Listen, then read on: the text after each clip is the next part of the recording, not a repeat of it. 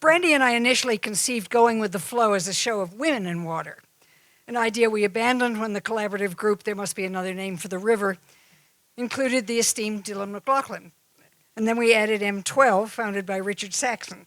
So we abandoned that criterion, and we've accidentally resurrected it for this panel. I also want to acknowledge Dominique Mazot, a pioneer for water and art projects in Santa Fe. Her durational performance, The Great Cleansing of the Rio Grande River, began in 1987. Once a month for 7 years, Dominique spent a day walking along the banks and in the nearly dry, as usual, Santa Fe riverbed, picking up the garbage that had accumulated there. And in case I forget to mention this later, I'd like to recommend a book called Water for the People, hot off the press by Enrique Lamadrid and Jose Rivera, published by the UNM Press. One of the essayists is Sylvia Rodríguez, who will speak tonight. And there's also a very useful recent issue of Greenfire Times if you want to get into water stuff. So a little context. We constantly hear the dicho, agua es vida, or water is life, and we should keep on repeating it. But we also remember two other sayings. Whiskey is for drinking and water is for fighting, and water runs uphill toward money. Folk wisdom has nailed it. Although the city of Santa Fe has reduced per capita average water use by nearly 50% since 1995, our local water woes continue and are often an often ignored force in our daily lives. We can no longer pick up and leave a drying area for wetter climes as the ancestral pueblos once did across the Southwest. At some point, we're going to have to confront the late capitalist urge toward endless growth and its effects on our natural resources. Downsize or die. Will we call a halt to development, or at least make it conform to available water? Phoenix has recently had to begin to confront this threat. Meanwhile, the global human water footprint continues to rise.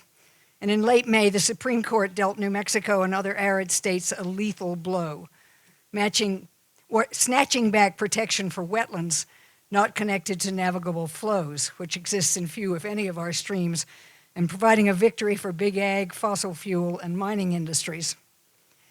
There's so much out there about water that we should all know. For instance, in 2006, the Santa Fe River was named the most endangered river in America by the American Rivers Association. And New Mexico ranks last for water surface area in the US. We have 0.002% of water surface area. So few of us, including me, will ever have time to understand these complexities. Even after working on Going with the Flow and staring at the 5 cartons of clippings about water I've collected over the years, my only expertise is lived experience. 30 years in a house about to fall into the mighty Rio Galisteo, which is usually a few inches deep, but can occasionally flood bank to bank. And I've served on the board of the Village Mutual Domestic Water Consumers Association. Mostly, though, I'm a typical New Mexico local, praying for rain and harboring a certain cynicism about its arrival. Tonight, we're lucky to have 2 actual experts here, Sylvia Rodríguez and Zoe Isaacson, and 2 extremely knowledgeable artists, Bobbe Besold and Frances Whitehead. I've been calling Bobbe Besold for 25 years. I'm finally learning to pronounce it. They'll begin by presenting their current work, and then we'll get into a general discussion and hopefully have time for a Q&A. I'll introduce each panelist before she speaks, beginning with Sylvia. Sylvia Rodríguez is a native Taoseña, now living in the Deep Valley village of Valdez. Professor Emerita of Anthropology and former director of the Alfonso Ortiz Center for Intercultural Studies at the University of New Mexico. She's now a commissioner on the Acequia San Antonio in Valdez and a board member of the Taos Valley Acequia Association. For 4 decades, she's focused on interethnic relations in the upper Rio Grande Valley, the cultural impact of tourism, the relationship between ritual and ethnic identity, and conflict over land and water. Her books include Acequia, Water Sharing, Sanctity, and Place. She's conducted ethnographic and community participatory action research and testifies as an expert witness on behalf of Acequia associations. Welcome, Sylvia. Okay, I'm going to talk about one of the rivers in the Taos Basin. Next slide. and the sacred and the profane. This is the Taos Valley acequia system. We're talking, or I'm talking about this particular watershed, which is north of Taos, and I live in this valley, which is located right there. Next slide, please. I'm starting at the headwaters, which is the location of Taos Ski Valley, which is mining the springs of the watershed to build a resort city for the 1%. It was started in the 1950s and bought by hedge fund billionaire Louis Bacon about 14 years ago, when he began a massive project of expansion, which they claim is not expansion, but getting better. Okay, so that's Taos Ski Valley. This is the entire watershed. So it originates below Wheeler Peak in one of the most snow-filled, or at least until who knows when, areas. It runs down about 12 miles of Twining Canyon, a favorite of the Taos artists for painting, to the land-grant village of Valdez, the land-grant village of Arroyo Hondo, into the Rio Grande. Next slide. This is a close-up of the system of trails, that most of which are on Forest Service land, former land-grant land of the Arroyo Hondo watershed, and of course formerly territory, probably to Taos and other tribal groups in the region. Next slide. So this is the middle watershed here, or I guess it's called the lower watershed, which is where the populations are located, the traditional land-grant and acequia communities. Next slide. As you leave the Valley of Valdez and head up Twining Canyon, you head towards Taos Ski Valley, and also you see that sign leaving the Arroyo Hondo land grant, a reminder that the land grant, the common lands of the land grant, were absorbed into the National Forest in 1906, as was the case with most of the land grants, or all of them really, that retained land at all. Next slide. Okay, remaking the river at the headwaters. These are slides taken a few years ago. Next slide. When and this is the design to improve the headwaters of the river by making it touristically a lovely place to walk along the banks. And I've taken some slides of the construction project that virtually tore up the river and reshaped it without ever telling people downstream this was happening. Next slide. So these are some slides from about 2016, which show the construction of and the extent of which the river was actually being remade. Next slide. Next slide. Meanwhile, downstream, the acequia communities were carrying on their usual. This is Valdez, having meetings, cleaning the ditch, as is the tradition in the spring, to clean the ditch so the water can then be released into the ditch and into individual properties. Next slide. Also, every year on the Dia de San Antonio, which is the patron saint of Valdez, which is the 13th of June, there is a mass and a procession to the river to bless the waters, which you see here. People sing, and then they go back to the Escuelita, which is a community center, and have a potluck. So this is the blessing of the river, happening more or less simultaneously as the river is being rebuilt up above. Next slide. And there's the saint, San Antonio, carried to the water, to the riverside. Next slide. Another slide of the blessing. Next slide. And then they return to the placita, which is a hidden placita, really. And next slide. And this is a slide I took about 40 years ago during Valdez is very resistant to incursions of tourism and development, which of course is encouraged by the massive development taking place at the ski valley. And there were signs placed all over the valley against a condominium development. And this is one of my favorites that was created by one of the members of the Valdez community. That's it. Thank you.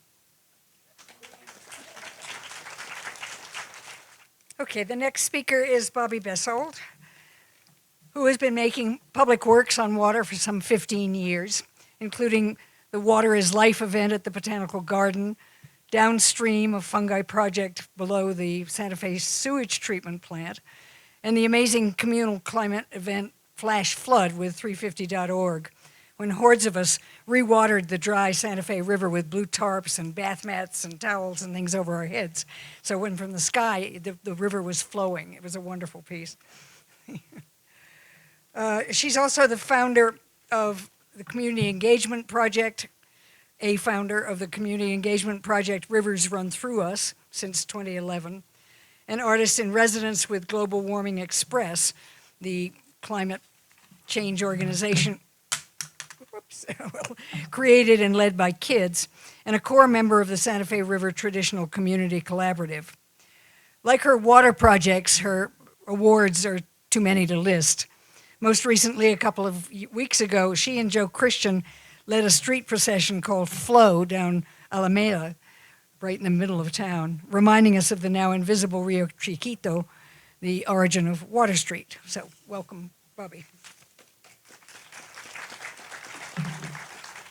So this is from the Hopi Declaration of Water. This is just a little piece of it that I painted onto a piece of cardboard to be used in many ways. But if you read the very last bit, what we do to water, we do to ourselves. To remember that, And now I have a question for all of you. How much water is in your body, in the human body? This person over here knows. Tell us. Here. Yeah, you raised your hand, so you're going to tell us. 90%. Ooh, 90%. Anybody have any other ideas? Anyone else? 98.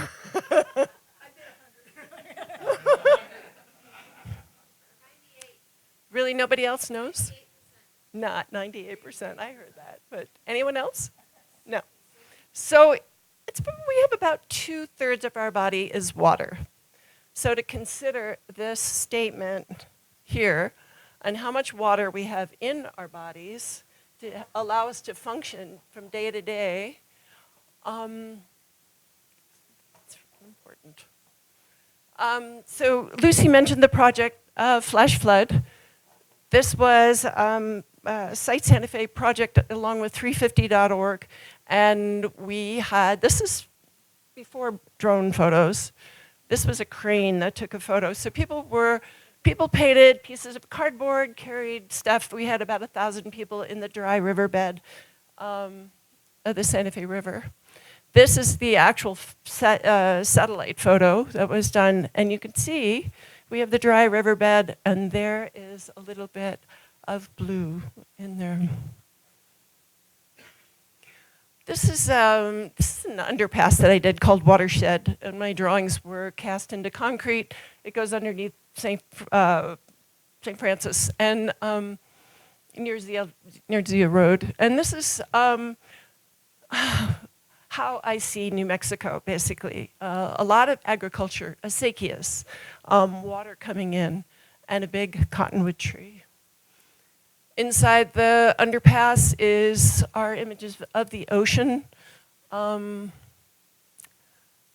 This project is a Rivers Run Through Us project. I worked with my friend Dominique Mazot and Valerie Martinez we walked the length of the Santa Fe River, and a very big project. Not enough time to tell you about it. But one of the final things that all the three of us did together was to create dreaming water houses. And this is one of them. This is up at Audubon to mark the acequia there. And alongside here is so the information about the acequia written by the poet Arthur Z. And this is about the project that Lucy mentioned that has just recently happened, called Flow, to honor, recognize our water, our history, and also our present and the future of our water, what's possible. And it recognizes the tributary of the Santa Fe River called the Rio Chiquito. There are many Rio Chiquitos around the Southwest, and we happen to have one of them, which is now Water Street. And as part of the project, we worked with Axel Art. We went into elementary schools, worked with 3rd and 4th graders. They did paintings and collaborative poetry. Axel was weed pasted with these images. So a little more about Flow.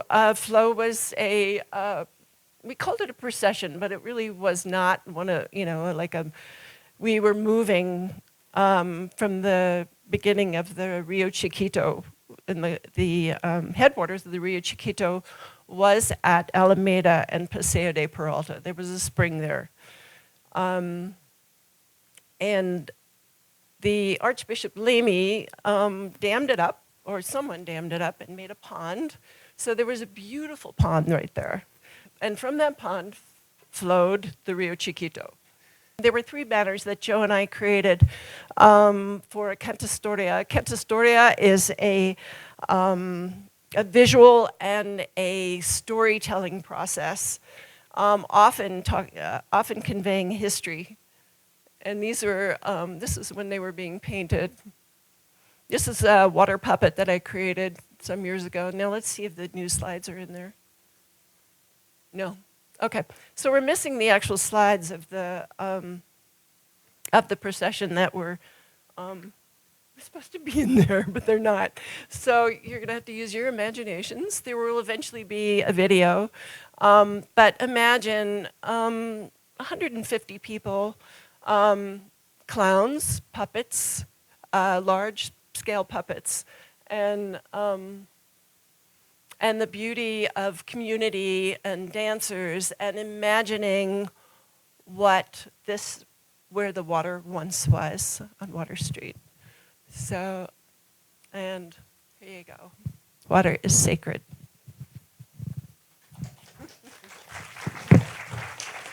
And the next speaker is Zoe Isaacson, who kindly guided our projects along the Santa Fe River. And she's the River and Watershed Manager for the City of Santa Fe. Before joining the city, she worked for the state of New Mexico's Energy, Minerals, and Natural Resources Department as a project manager for the Abandoned Mine Land Program, where her mine land reclamation efforts included riparian and wetland system restoration. For over 15 years, she has worked with ecological restoration, focusing on riparian systems and disturbed landscapes. Currently, she works to manage stormwater by prioritizing infiltration and water quality in concert with restoring the Santa Fe River to improve resiliency in the face of climate change and limited water resources. Zoe.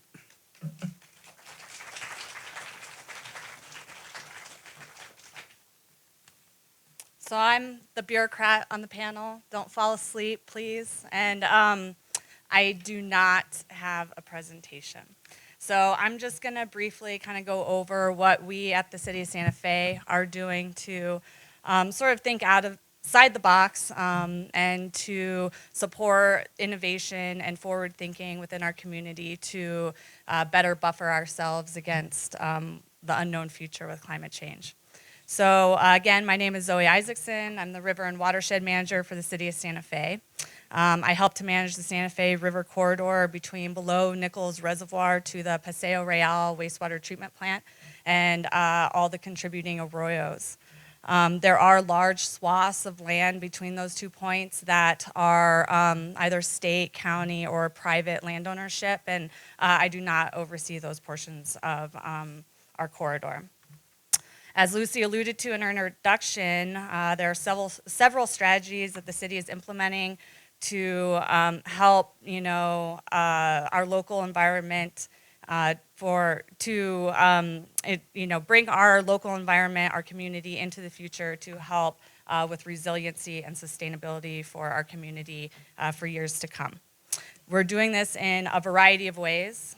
Firstly, I'd like to talk about our approach to how we're working to restore the Santa Fe River channel and corridor.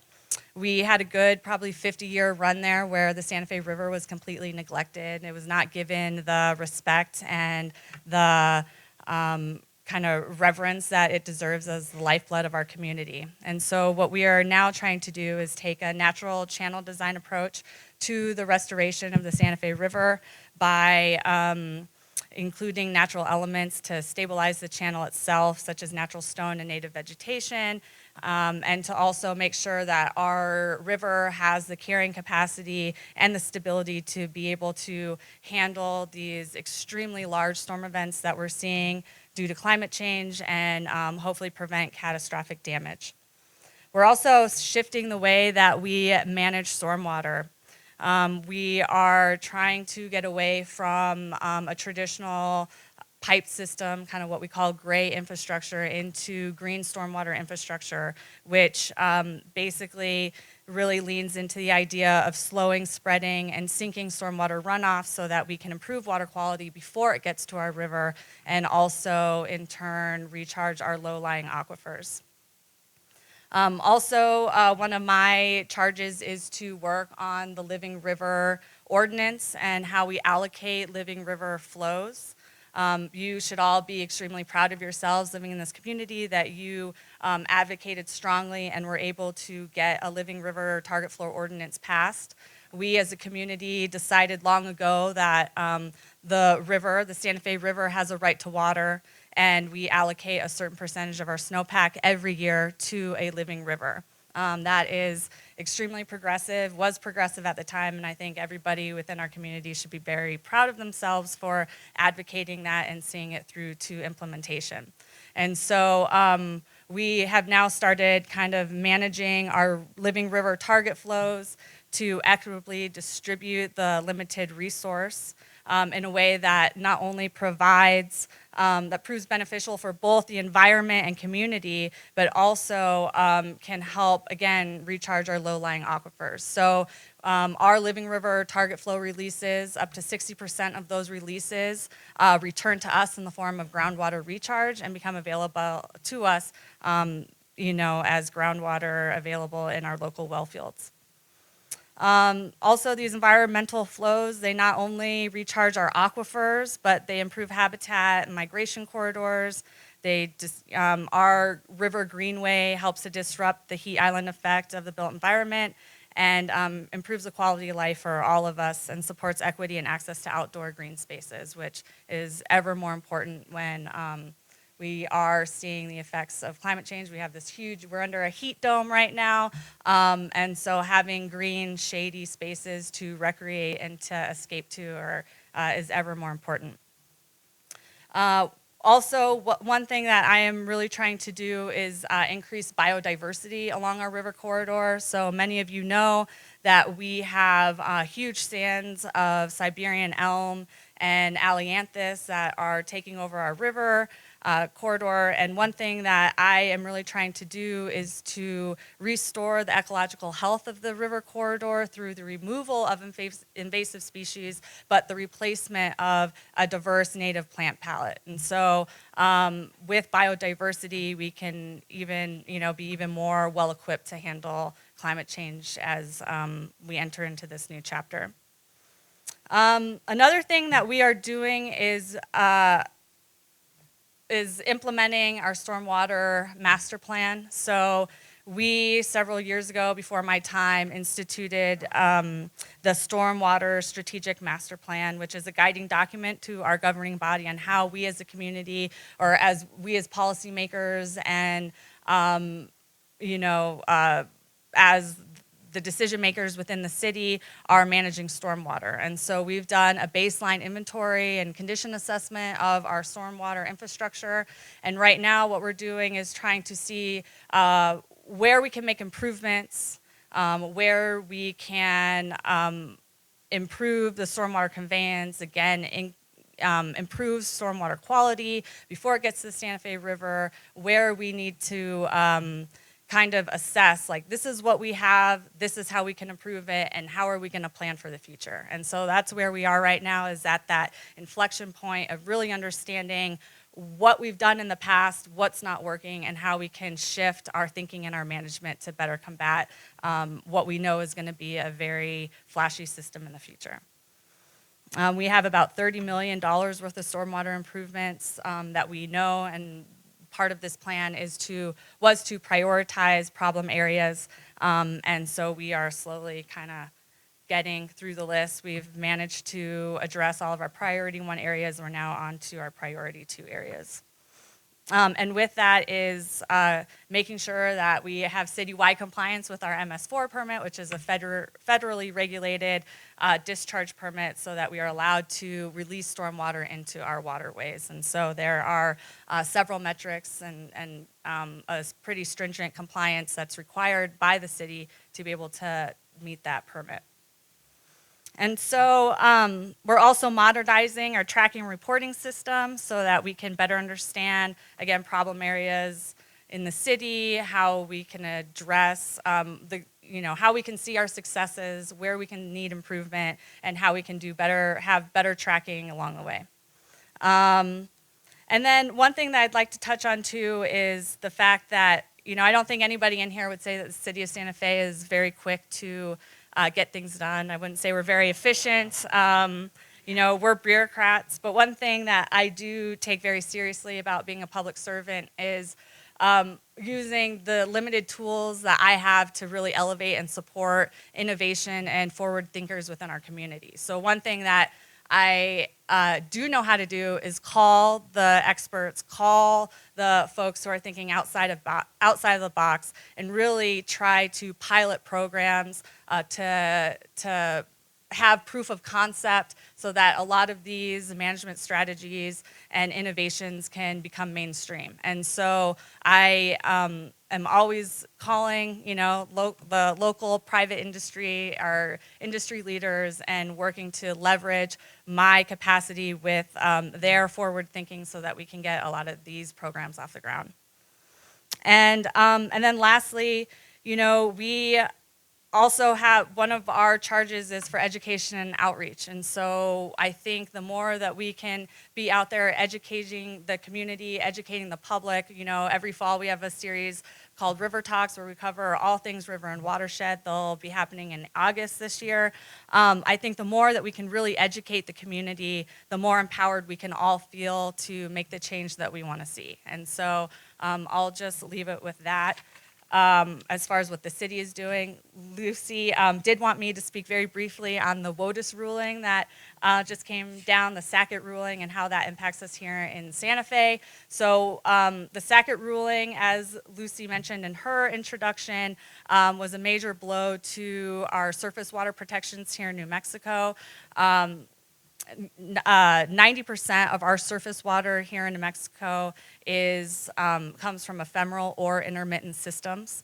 And the latest Supreme Court ruling has taken away clean water protections from those systems and only recognizes perennial, navigable, continuing flowing systems as as being afforded these protections. And so I will take this opportunity to advocate to all of you to really reach out to our legislators and fight for primacy. We're only one of 3 states within the union that does not have primacy over our own regulatory framework as far as water goes. And so I would really encourage everyone to reach out to our policy and decision makers to fight for primacy so that we can take control of our own water, our waters of the state, and set our own regulatory framework.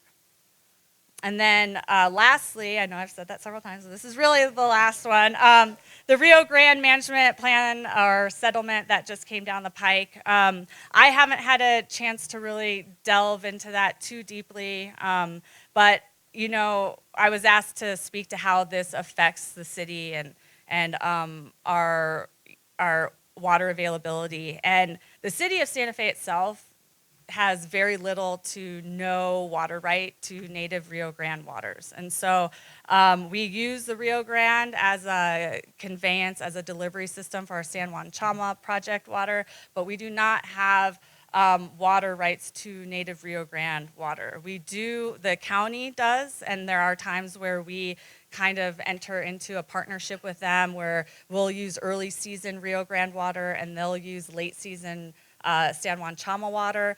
But on the whole, I do not think that this is going to have a major impact on our water availability or or how our system is operating currently. So with that, I will hand it back to Lucy. And last but not least is Frances Whitehead. She's a transdisciplinary artist bringing the methods, mindsets, and strategies of contemporary art practice to imagine possibilities for the future. She's been a professional artist since the early 1980s and is Professor Emerita of Sculpture at the School of Art Institute of Chicago. A long-term resident of the Great Lakes region, she recently relocated to Santa Fe to focus on xeric landscapes for the future. You came at a great time. Her amazing Casa de Agua is a home studio demonstration of water conservation strategies where she's establishing a xeric laboratory garden. Connecting emerging art practices and the discourses of climate change, post-humanism, and counter-extinction, she asks, what do artists know? As she begins walking the ocean, traversing regional waterways that overlay the ancient seabed underlying New Mexico, thinking deep time Southwest. As an environmental artist, I used to make a lot of art about water, such as this installation about the hydrology of the Carolina Low Country, as an example. This is weird to not have the clicker. It's kind of throwing me. So then I began to feel a different imperative. I got a different memo that artists must learn to work at the scale of the impacts, which means scale up, tool up, toughen up, and learn to collaborate with other world-making professions to shift the culture and expand possibilities. I worked for 35 years in the legacy cities of the Great Lakes Basin, which holds 23% of the world's fresh surface water. The Great Lakes is more than a bioregion. It is a kind of logic, a perverse logic. There is so much water that it's hard to think about it. Water becomes implicit. So I decided to beam into the arid future and move to Santa Fe with my husband, where I could work in the explicit water logic of the Southwest. Working with Jim Olniski, local architect Mark Mortier, we are building the Casa de Agua. It is both art and architecture, where we blend the symbolic strategies of art with the practical possibilities for domestic water conservation. As a newcomer, as Lucy pointed out, we felt ethically that it was imperative that we do everything we could to mitigate our own presence. We started with a 1948 typical post-war ranch house, which around here we call a stam. It's stam-ish. It's not even a stam. Right, they're all over the place, right? So it's part of the vernacular here, which is very interesting to us. Notice the garages and the car and the parking lot off to the left, because that's where the new laboratory garden is.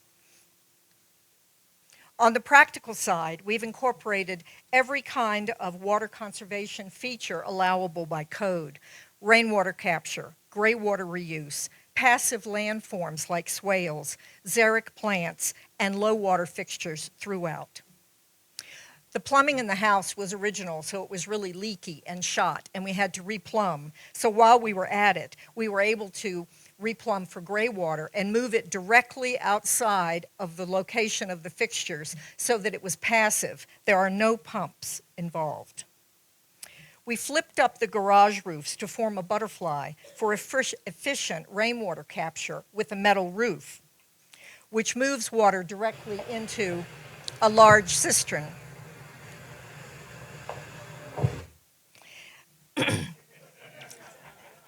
You can't talk over that.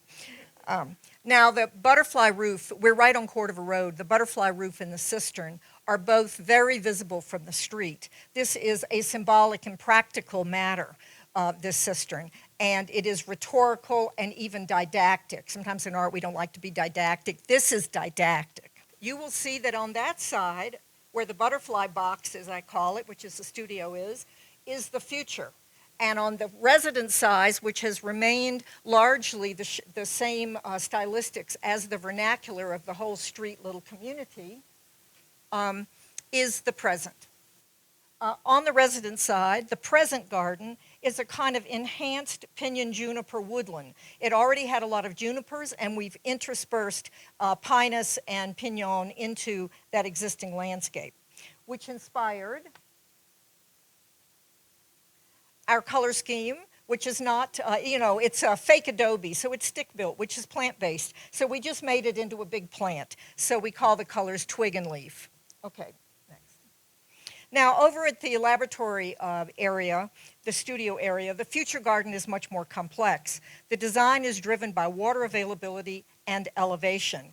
And it's a very geeky project, actually, and I'm the geek in charge there of that. Okay, next. Principle here, there are diagonal terraces that separate plant types and water distribution. And these terraces are made possible by a 3-foot drop on the site from that corner down to that corner. Next.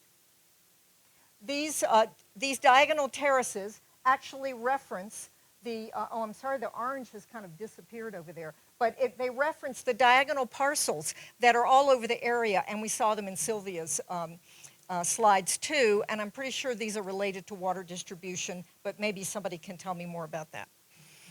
Okay, next.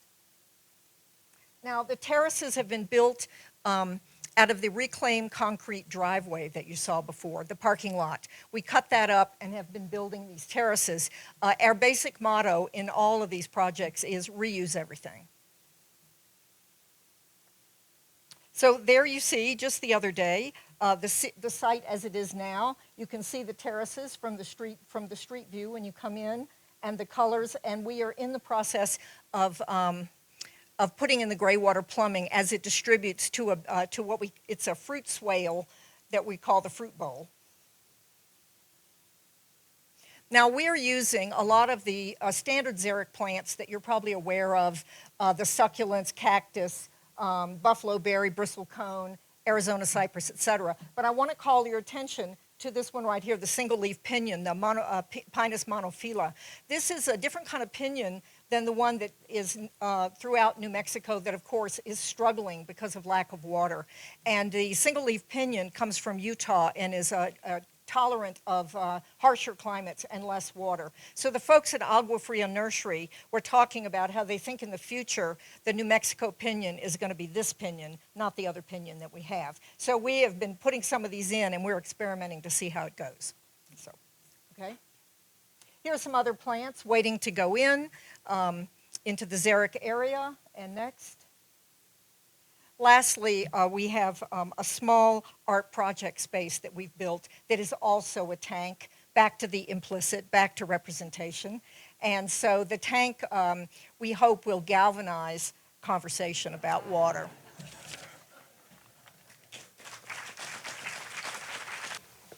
I haven't done much about this part because I figured everybody would have something to say about everybody else's work. So I have some things I can do if total silence takes over, but this has been very interesting because I think you all get the point of having the experts and the artists and how people are going along the same paths but doing it differently.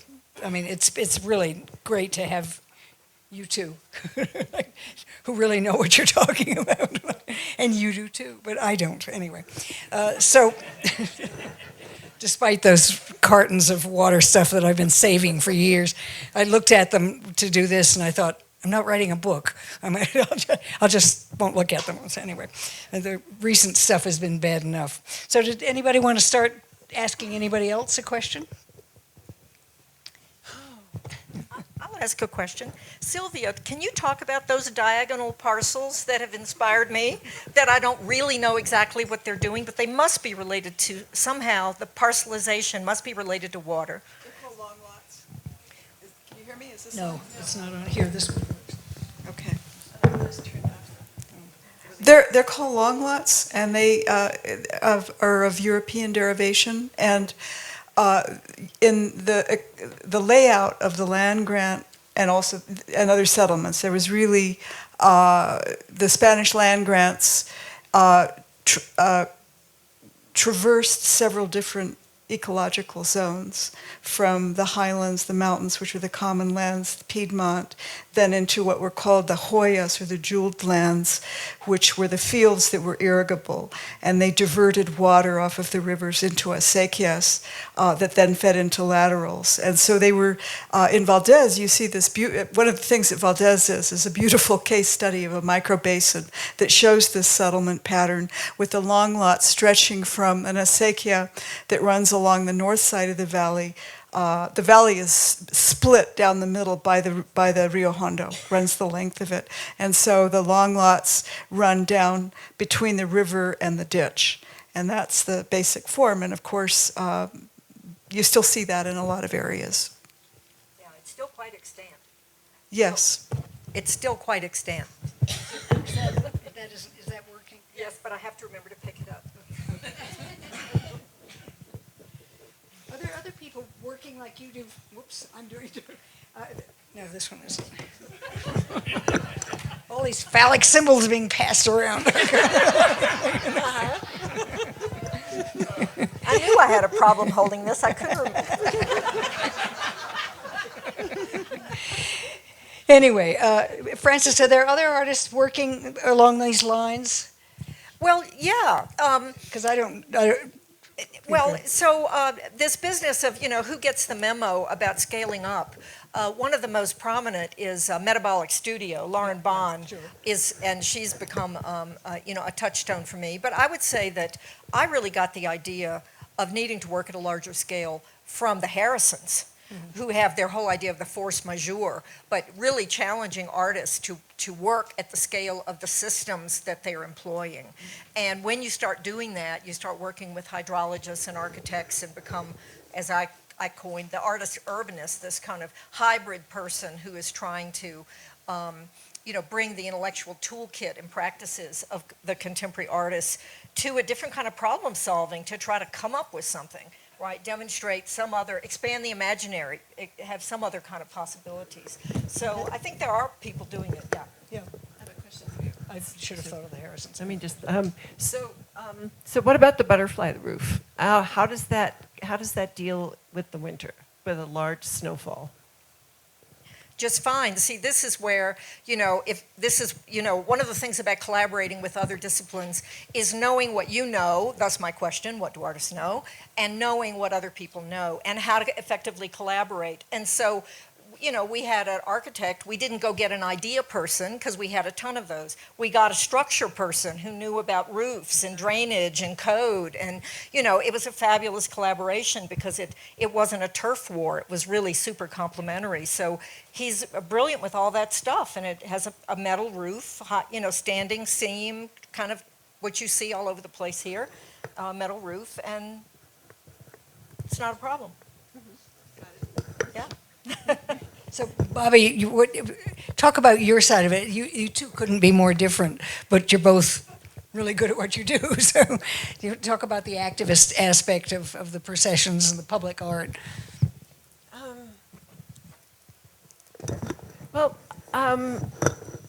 Yeah. I mean, like Frances, I have worked with many different disciplines as well, but most recently, more in the activist realm of, because my concerns are about climate. Is there going to be enough for my grandchildren? Is there going to be enough for all of our children? And it's not even enough. Will there be what will be? And how do we consider the possibility of that? How do we talk about what's possible? That's crucial because in the media is very emphasizes a lot about disasters. Oh, there's going to be no water. Like the cover, the front page of the New Mexican is often about like it's really hot, like it's hot. So so what do we do? How do we work with people who have ideas, art? How do we use artists? How do we work with city? I've been after Zoe to do a curb cut at one of the post offices for a really long time to get that water out of the parking lot and over to those trees. So how do we? Now that's art. Yeah. How do we do that? Like, what's thinking about for each of you where you live? What's possible? How do you use your creative spirit to feed that? Like, Frances is building a house, an amazing house. So, yeah. Yep. That's it. Is that one? No, that's not You one. want that one? I'm interested in the procession aspect Oh. because it brings so many people into something. It's a completely different way of involving people. I did a climate change show in Boulder in 2007, and Bobbe did a procession, which was very important, and so on. And again, the artists were all coming from very different directions. And it really interests me how and Basha was in that show too, and did her first, I think it was the first ice book launches, which were amazing here. First time we went to look at the ice book place to do the ice book launch, we looked at the Santa Fe River, and it was just dirt. Like, it wasn't even mud, it was just dirt. And luckily Zoe did something. Waved her wand or whatever, and there was water for the, lo and behold, anyway. Anyway, Do you want me to address the procession? yeah, sure. Okay, so street art. Street art is crucial because if you put things in a public space, we were on Water Street, so there's a bunch of tourists in town. There are people. Like, these people we were coming across Guadalupe Street to go down to the Santa Fe River. This woman goes to me, "Who's the party for?" And I said, "Water." And, so when you put art in an unexpected place, yeah. and particularly you allow people to think, you open the doors and windows in people's minds and into what's possible. Yes. All of the. Zoe, I'd be curious to what do you think of all of the art part of it? Do you think it's working? I do. I think any attention we can bring to issues, whether it be through art, whether it be through community engagement, education, dialogue, discussion, I think is really important because we all want to feel like we're part of a solution. We all want to feel like we're engaged. And so whatever form that takes, I think is crucial to figuring this out. One of the sad stories that came up somewhere during all of this was Hikmet Lowe, who is now in Las Vegas, and not in Salt Lake. But anyway, we talked about all the importance of art and so on. She had a Maya Lin sculpture called Silver River, which is over the very long and beautiful thing over the desk of a casino, over the getting in desk. And it was completely ignored. People, I mean, it was a beautiful piece. Nobody asked what it was. It wasn't lit right. I mean, it was a very sad story because here's a major artist who did a beautiful piece and it didn't work. I mean, in that context. So you sort of have to be careful about where you put stuff, don't you? I mean, and whose money you take. I will say that I do think that this exhibit and these installations through town really did have an impact on folks. I do know that the contemplation stations that were kind of, peppered throughout the river corridor really invited people to sit and to think and to contemplate and to really kind of imagine a world with more water, imagine a world without water, and how they can help to impact that future. And so whether or not they realized that they were sitting in a sculpture and in an art piece, I don't know if it matters because the conversation's been started and we're having the discussion. So I think it's art in public space is absolutely crucial, whether people realize they're engaging in it or not. And that's what somebody mentioned, the fact that you go by something in the city and you don't know it's art. I mean, like they thought it was a party, whatever. But I love that. I mean, that's one reason we put things out instead of keeping them in the gallery, because you do hit people, they what the hell is that? Or they don't even think what the hell is that. They just think, oh, that's nice. I'll sit there for a while or whatever. I mean, I really like the idea of art taking people by surprise. So, and Sylvia, do you... what's your art background?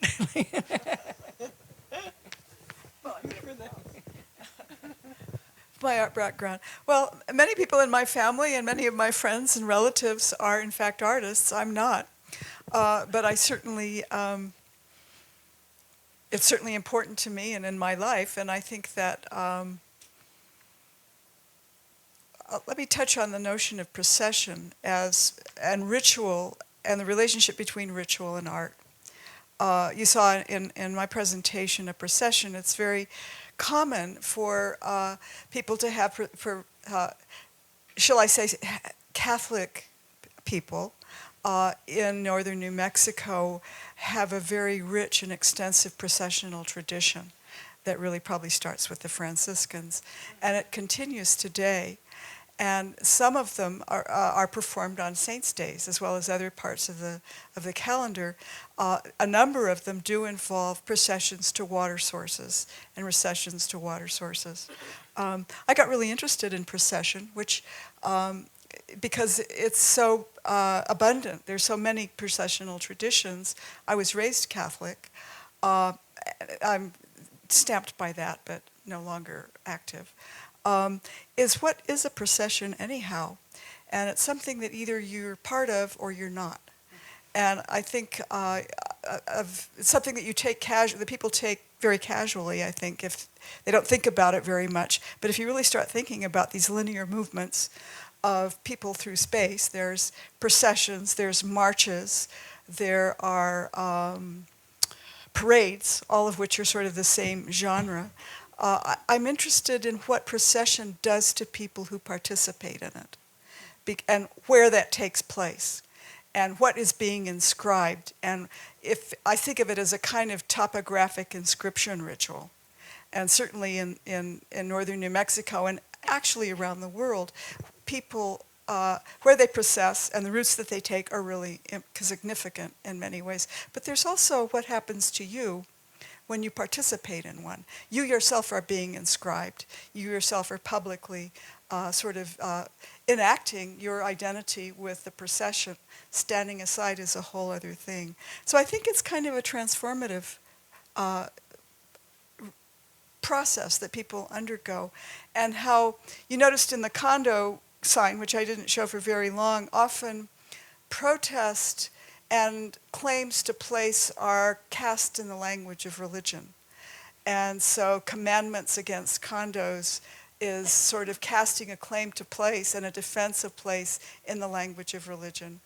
And you have secular processions that, I mean, I'm struck by how you say water is sacred, and that the procession was an expression of that, but also an enacting a kind of sacralization at the same time. So anyway, it's all related to art. And of course, a lot of art, as Basia knows, is related to and inspired by and feeds back into water protection, water assertion, identification with water, the defense of water. Art is an incredibly important idiom for enacting all of that and expressing it. And I'm all for blurring the lines between art and life, and it's art if an artist says it is, and the hell with what you think, sort of. But the when Sharon Stewart invited us to this very communal, very local day-long thing in Mora. They did a marcha at the end, a dance that was a procession and a dance, and that was very beautiful. It wasn't religious, but it was. And then there's the limpia, in a sense, when they're cleaning the ditch, is a kind of procession because it follows the water down or whatever. That's a nice way of thinking. Maybe I could chime in on that. One of the things that is very appealing to me here, as opposed to living in a large, very heterogeneous city, is that there is still intact place-based practices. So as you're describing these rituals or the cleaning of the ditch, these are spatial activities. So it's not just people moving in a line through because of a ritual, but there's I think another kind of broader performativity around that is related to the land and related to the stewardship of the land, and that is still present here.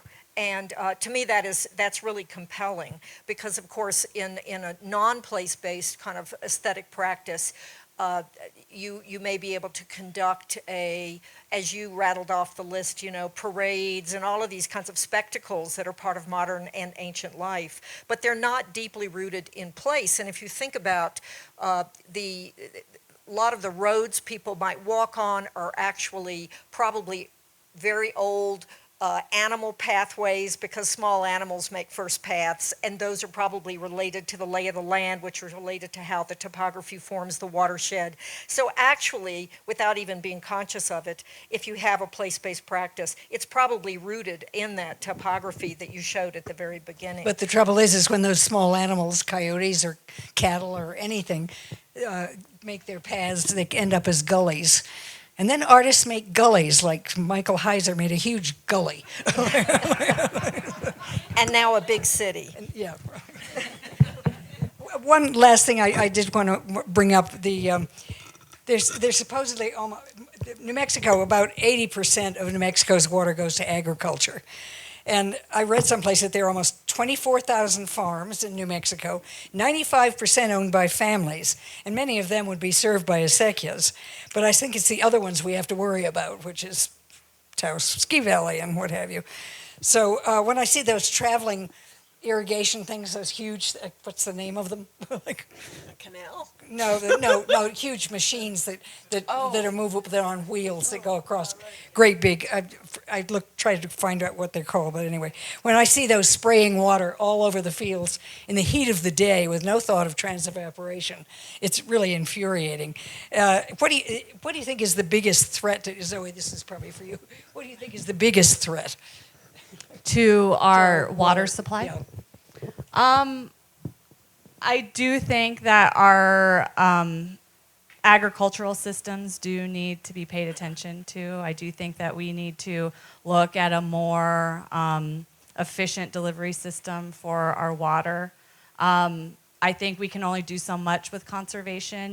These conservation programs run by municipalities, they tend to plateau. There's only so much water we can save. We need water to live. And so I do think that the future is looking at agriculture, but also looking at how we can take advantage of the flashiness of our system. So what can we do with the water when we have it to be able to utilize it when we don't? And so I think that's one thing that the city of Santa Fe is really looking at with our water division, our water utility, and then public works department is where are key locations within the city that we can really take advantage of our stormwater asset. And so we're looking at large parks and open spaces.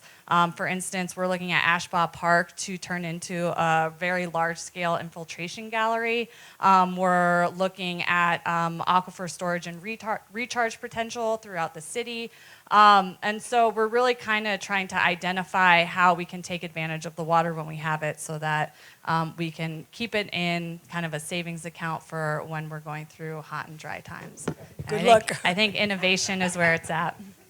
I have to say something about what often hears that 80% of our water is used by agriculture. And so we have to stop doing it. What's often not said, particularly in New Mexico, is that most of that goes right back into the aquifer, into the river.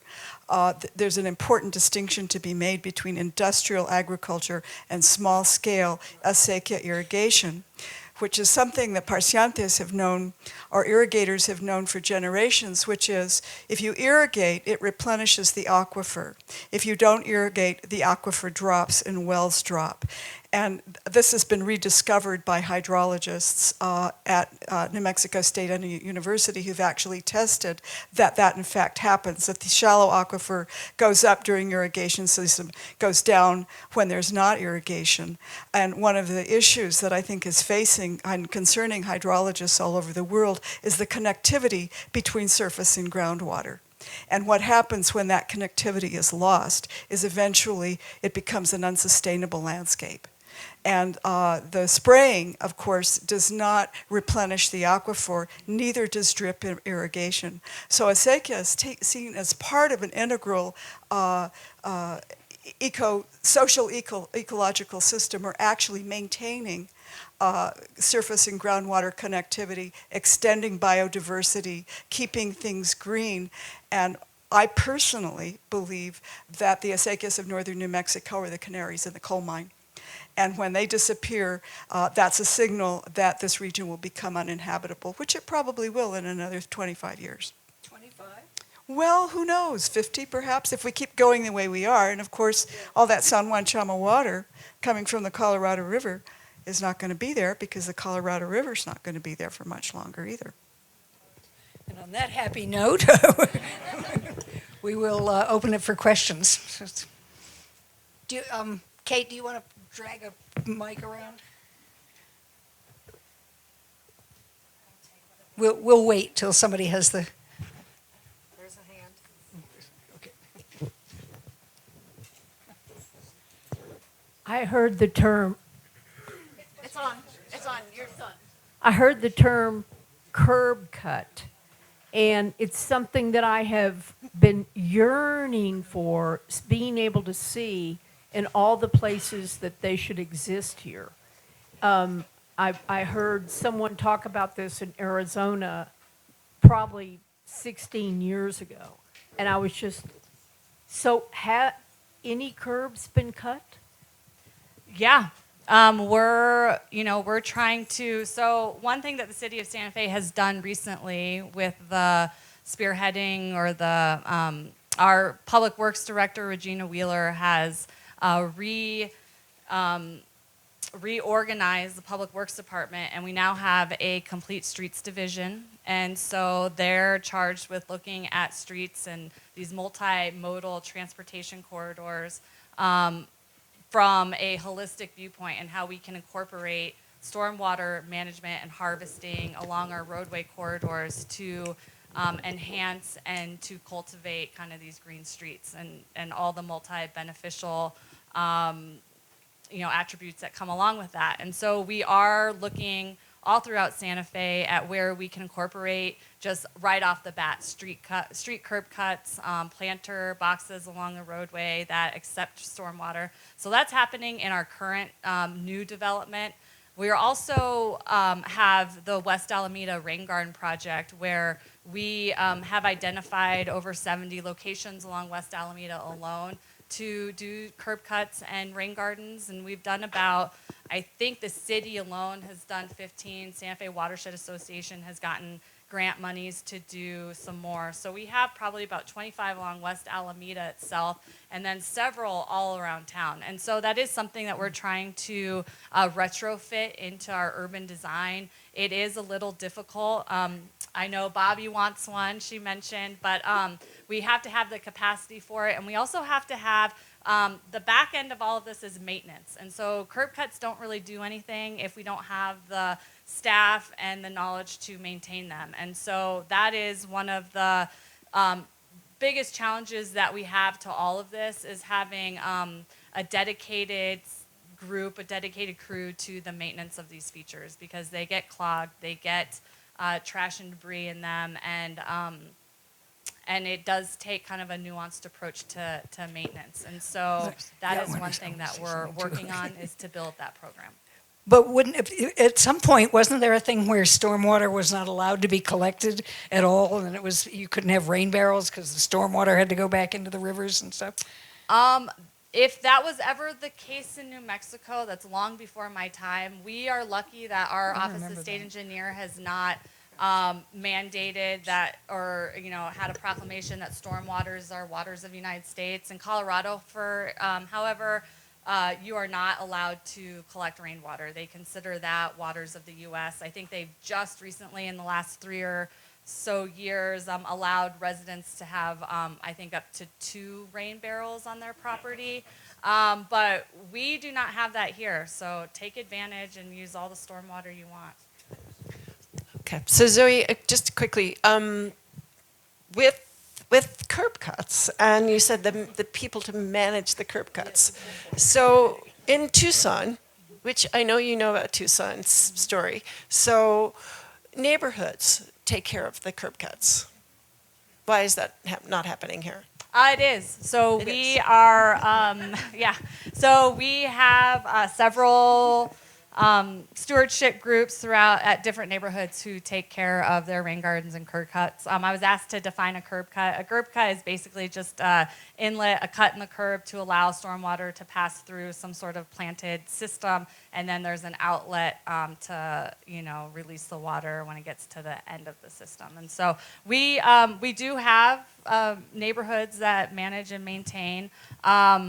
And we are always willing to support that as, and it just gets a little complicated because there's plenty in town where we've entered, a gentleman's agreement that they will be maintained. People move, they don't get maintained, and then we lose that maintenance and they become an eyesore. And so that's one thing that our higher ups and our division directors don't want to see, is things not being maintained and then they turn into a weed patch, and it's just one more median that we need to take care of when we have, hundreds and hundreds of miles of medians within the city to maintain. And so it's kind of a matter of getting the existing infrastructure under, a routine maintenance regime, and then we can start thinking about expanding outward.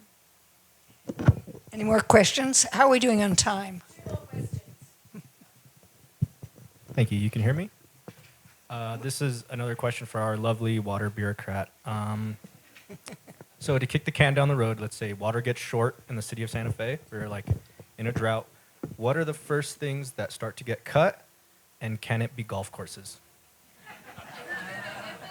That's a really good question. I'm not a golfer, nor do I have any interest in golfing, so I'm not going to answer that because I'm sure there's going to be some folks that get offended. Our golf courses currently are being watered with effluent when it's available. So that's a whole nother topic right now, the current condition of the effluent in town. But so they're watered with water coming out of our wastewater treatment plant. So that's a reuse of our water. So there's no potable water right now at the Santa Fe, our city-run golf course. The first thing that is going to get cut, and I'm going to use my soapbox here, is the Living River target flows.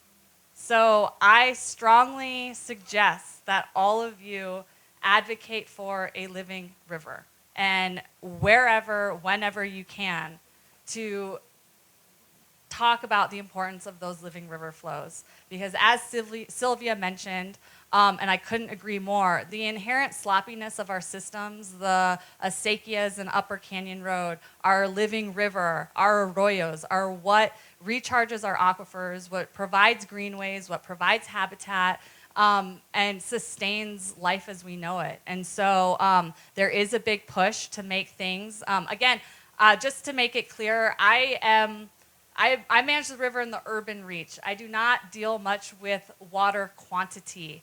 That is a water utility, public utilities purview. I'm in public works, so I work with the structural integrity of these systems. When we talk about our water portfolio, availability of water into the future, that's really a water utility question.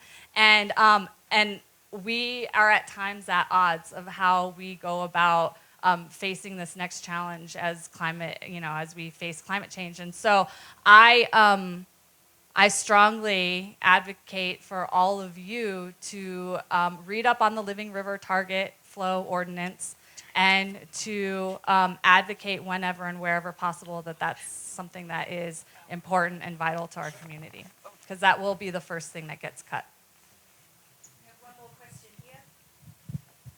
Thank you, and what a great lead-in, though my heart's kind of racing. I just recently read the Living River water plan that the City of Santa Fe citizens made in 1983 and 85. And so I would encourage all of us to make a new plan. It sounds like we need a new plan because it really is why we had such an amazing river this year when it rained. We could all walk along it with the beautiful willows and the cottonwoods that were planted over the last 40 years because of this plan.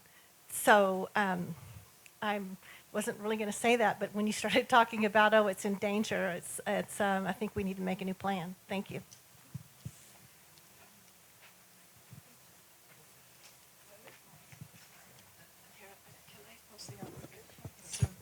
There was a dissertation by Dr. Tara Plewa called A Trickle Runs Through It. She wrote it 2009, 10, somewhere in there. She came to Santa Fe and wrote her dissertation. And in it, she went through the history, she went through all kinds of things, but the trickle being our river. But the thing to remember, the thing to think about that she wrote about was that the way to regenerate our aquifer, she said, bring back the acequias. There are only, I think, only 3 now in Santa Fe. 3, actually 4. And there used to be like 30 or more. In the park here. So there used to be many, many acequias. And that would, supporting the New Mexico Acequia Association, thinking about, that. Americans are very big at channelizing water, getting it from one place to another place very quickly, paving things with concrete to also, and no, we can't do that, right? Okay, that's it. Thank you.